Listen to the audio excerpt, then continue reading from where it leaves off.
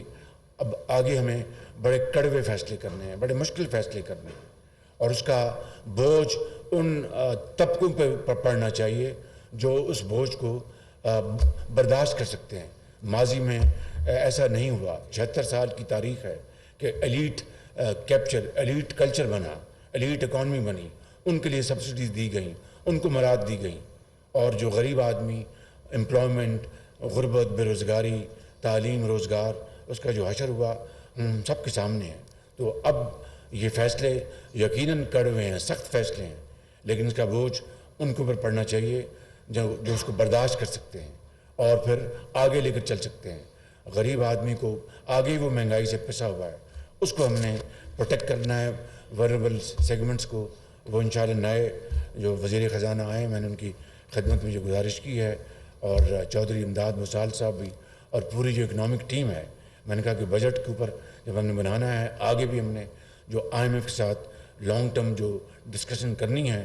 ان اہداف کو ہمیں سامنے رکھنا ہوگا، کیونکہ اور یہ پاسبل ہے۔ جو بھی میجرز میں نے ابھی 15 منٹ میں نے عرض کی، جو چوری جو ہے اٹ از میسو،